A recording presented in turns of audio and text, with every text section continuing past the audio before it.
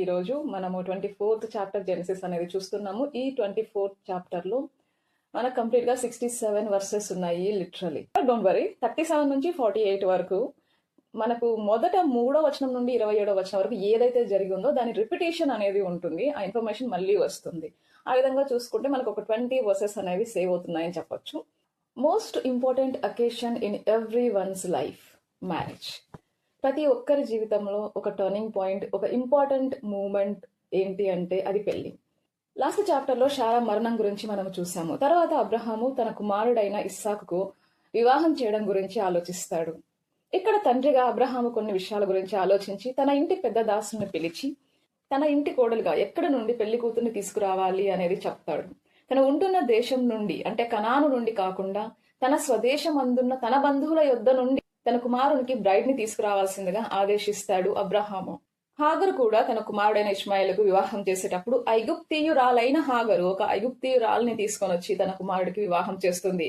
అదే విధంగా అబ్రహాము కూడా ఇక్కడ తన వారి యొద్ద నుండి తన స్వదేశం అందున్న తన బంధువుల యొద్దకు వెళ్లి తన దాసుడు తన కుమారునికి పెళ్లి కుమార్తెను తన ఇంటి కోడల్ని తీసుకురావాల్సిందిగా ఆదేశిస్తూ ఉన్నాడు. ఆ విషయం విన్న అబ్రహాము దాసుడు మరి ఆ స్త్రీ ఆ దేశం నుండి రావడానికి ఇక్కడికి ఇష్టపడకపోతే, ఎందుకు అంటే అబ్రహాము వచ్చింది కల్దీయుల దేశం నుండి, ఊరాను పట్టణం నుండి అని మనం 11వ అధ్యాయంలో చూస్తాము.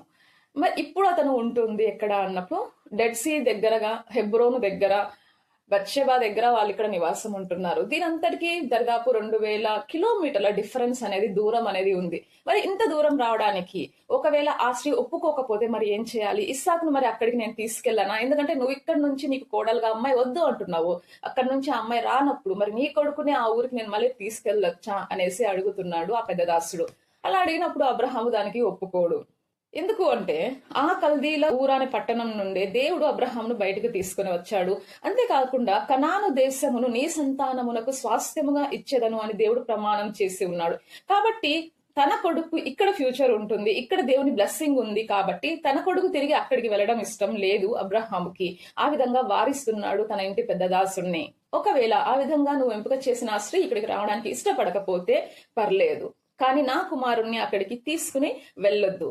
బట్ ఒకటి గుర్తుపెట్టుకో, నా దేవుడైన యెహోవా తన దూతను నీకు ముందుగా పంపిస్తాడు, అక్కడి నుండి నీవు నా కుమారునికి భార్యను తీసుకుని వచ్చెదవు అని చెప్పి తన దాసుని చేత ప్రమాణం చేయించుకుంటాడు అబ్రహాము. అంతేకాకుండా ఒకవేళ ఆ స్త్రీ ఇక్కడికి రావడానికి ఇష్టపడకపోతే నేను నీతో చేయిస్తున్న ఈ ప్రమాణం నుండి నీవు విడుదల పొందుతావు. తన యజమానుడు చెప్పిన విధంగానే అతని దాసుడు బయలుదేరడం జరుగుతుంది. తనతో పాటు 10 ఒంటెలను, తన యజమాని ఆస్తిలో శ్రేష్టమైన నానా విధములగు వస్తువులను కూడా తీసుకుని వెళ్తాడు. దరిదాపు ఇప్పటి మన పర్షియన్ గల్ఫ్ అనేది మనం ఎక్కడైతే చూస్తున్నాం అంటే ఖతర్, సౌదీ ఉన్నాయి కదా, ఆ దానికి దగ్గరగా ఉంటే ఇప్పుడు అబ్రహాం వాళ్ళు ఉన్న ప్లేసు హెబ్రోన్ కావచ్చు, బెర్షబా కావచ్చు, బెహర్లహోయర్ కావచ్చు, ఇవన్నీ కూడా ఎక్కడ ఉంటున్నాయి అన్నప్పుడు జోర్డాన్ కి దగ్గరగాను, డెడ్ సీకి దగ్గరగాను లెఫ్ట్ సైడ్ లో ఉంటున్నాయి. వీటికి ఇంత డిఫరెన్స్ అనేది ఉంది. ఇక్కడి నుంచి బయలుదేరిన ఆ దాసుడు ఆ ఒంటెలు తీసుకొని, వస్తువులు తీసుకొని ఈ 2000 దరిదాపు 2000 కిలోమీటర్ల ప్రయాణం చేసి అక్కడికి వెళ్ళడం జరుగుతుంది.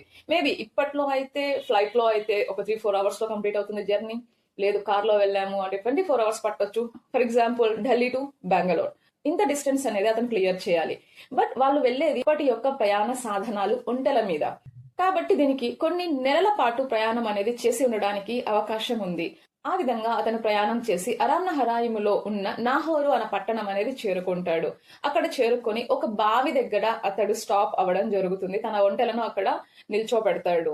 ఈవినింగ్ టైం అనేది అప్పట్లో కావచ్చు, ఇప్పట్లో కావచ్చు, జనరల్ గా నీళ్లు తీసుకొచ్చుకునే టైం ఏది అన్నప్పుడు ఈవినింగ్ టైమ్స్ లేదంటే మార్నింగ్ టైమ్స్ అయి ఉంటుంది. సో సాయంత్రం పూట ఆ ఊరి వాళ్ళందరూ వచ్చి నీళ్లు చేరుకోవడానికి వస్తూ ఉన్నప్పుడు అక్కడ ఆగిన ఆ దాసుడు దేవునికి ప్రార్థన చేస్తాడు.